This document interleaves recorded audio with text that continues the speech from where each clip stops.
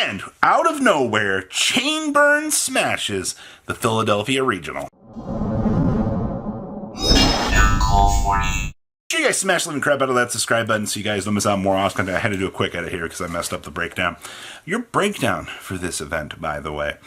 The biggest thing that you care about here was me hyping up Chainburn and telling you that Chainburn came out of nowhere for this event, tore through your 3 Snake Eyes Duelist, your 2 Fire King Duelist, to showcase that, wow, Snake Eye just doesn't have a good matchup against Chainburn. I actually think it's kind of funny, actually, that you're looking in 2024 out here.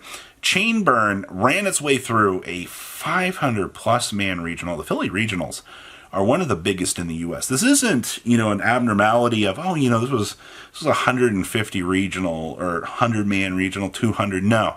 This was one of the biggest regionals you can have outside of Cali, outside of Florida, outside of Indy. And with these numbers proving to us that Chainburn was able to overcome this, holy crap, that's absolutely amazing. And then, of course, so besides your 3 Snake Eyes and your 2 Fire Kings, we did have a Kashtira Snake Eyes. By the way, if you haven't paid much attention to that build, that's been the most recent innovation in the meta. Kashtira cards merging with Snake Eyes cards. Yeah, free special summon, free ability to make Flamber's Dragon, using the Unicorn and Fenrir's to control your opponent's extra deck. Yeah, it's real fun, isn't it?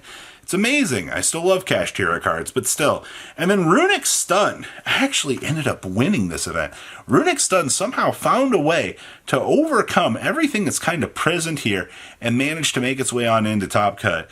I would have loved to have seen the Chainburn player and the Runic Stun player actually get the chance to, sit down and actually have a grind game.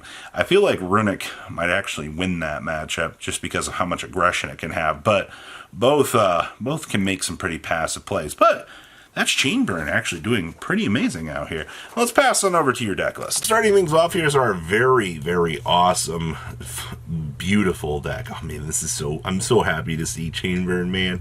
Like, Chain Strike is still limited to 1 in this deck. It's still doing things. Now, we're actually playing the Bad Luck Blast. Target a face-up monster opponent controls take damage equal to its attack, and then inflict damage to your opponent equal to the damage you took. And then if this thing is destroyed by an opponent's card effect, they take 1,000 damage. I mean, good luck, Chuck. And then we play the Boo Boo game. Oh, man, these so niche cards that nobody's like, wait, what does this actually do? During damage calculation, you take no damage from the battle, and if this set card in its owner's possession is destroyed by an opponent's card effect, you can target up to 2 normal trap cards in your graveyard except for Boo Boo Game and set them back to the field. Oh, that's actually hilarious. So this is your recursion in this deck. Now, you do see we do play Dimension Wall as a 2-of here. Pretty straightforward. I mean, this card is good. You do want to try to have it. We do play the Triple Ring of Destruction. You don't really care too much about this. I mean, this is probably going to be your best option to handle things. And then, of course, we do play the Fairy Dragon. For those of you that don't really know what this does, during your opponent's turn, when either player takes damage, so that includes you as well, you can special this from the hand, and then you can either gain life points to the damage you took, or you can ping your opponent equal to that damage you took. So 3,000 is something you could trigger off of this and burn your opponent for and actually have that be really good.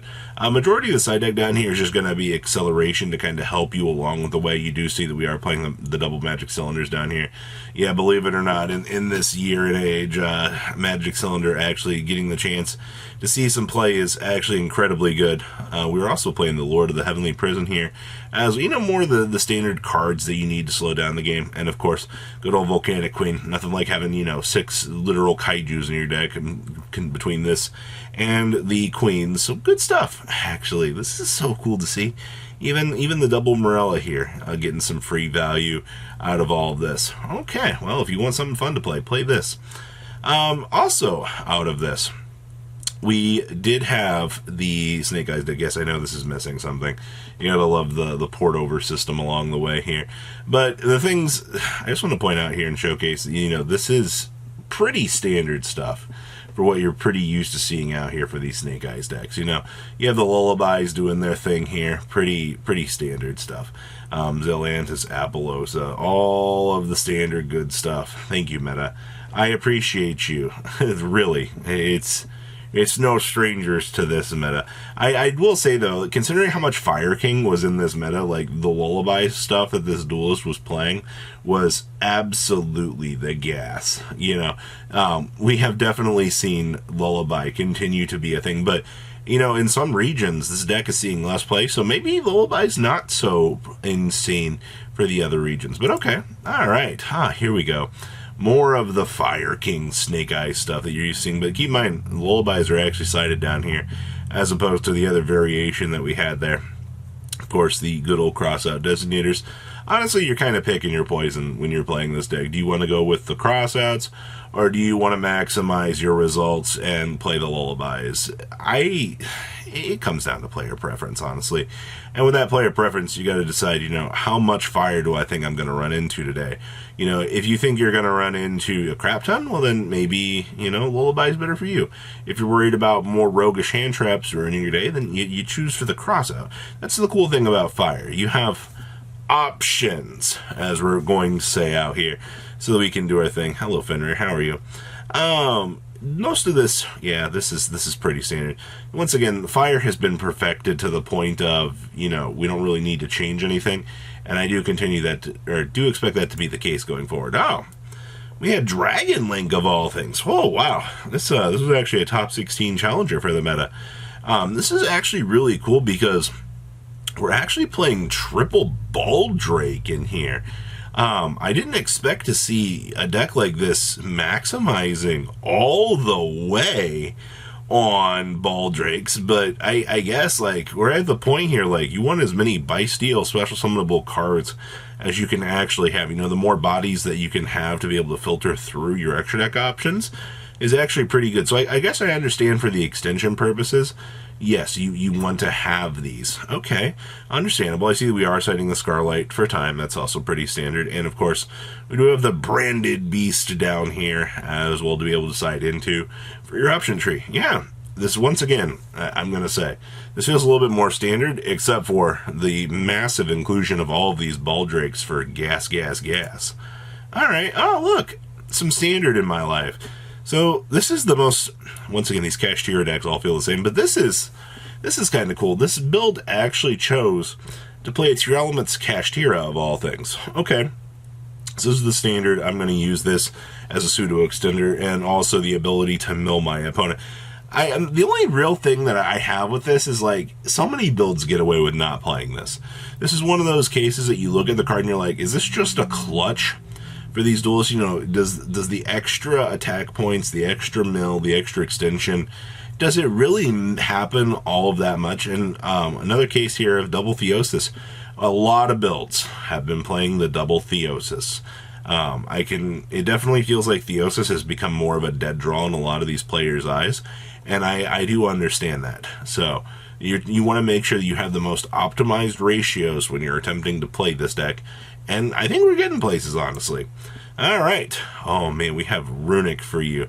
Double Morganite, baby. Now, what I find interesting here is we went on a 1-1 split between the Amato and the Inspector Border. That is kind of funny, actually. But, to be fair, I feel like this is one of those cases of if you see what you need to see, you should be off to the races and do very, very well. Of course, the Double Dimensional Fissure in the main deck.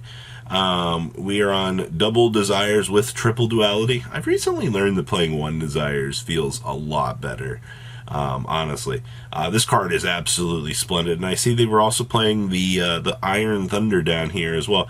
Actually, Iron Thunder is a pretty cool tech choice for a deck like this.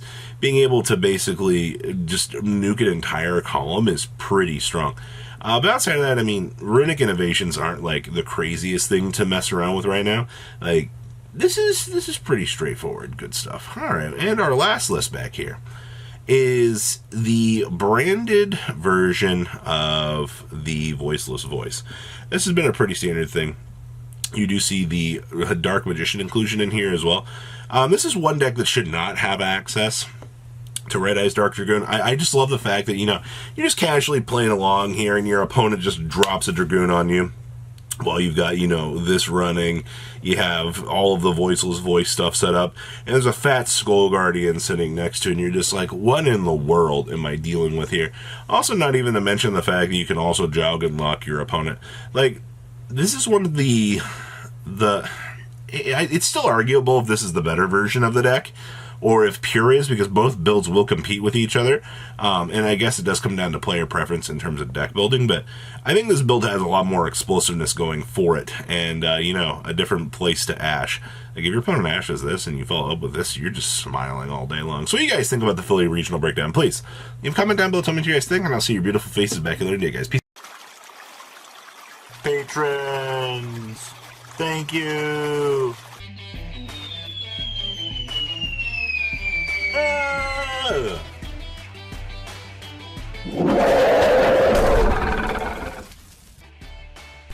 Thank you so much for watching. Check out these other videos.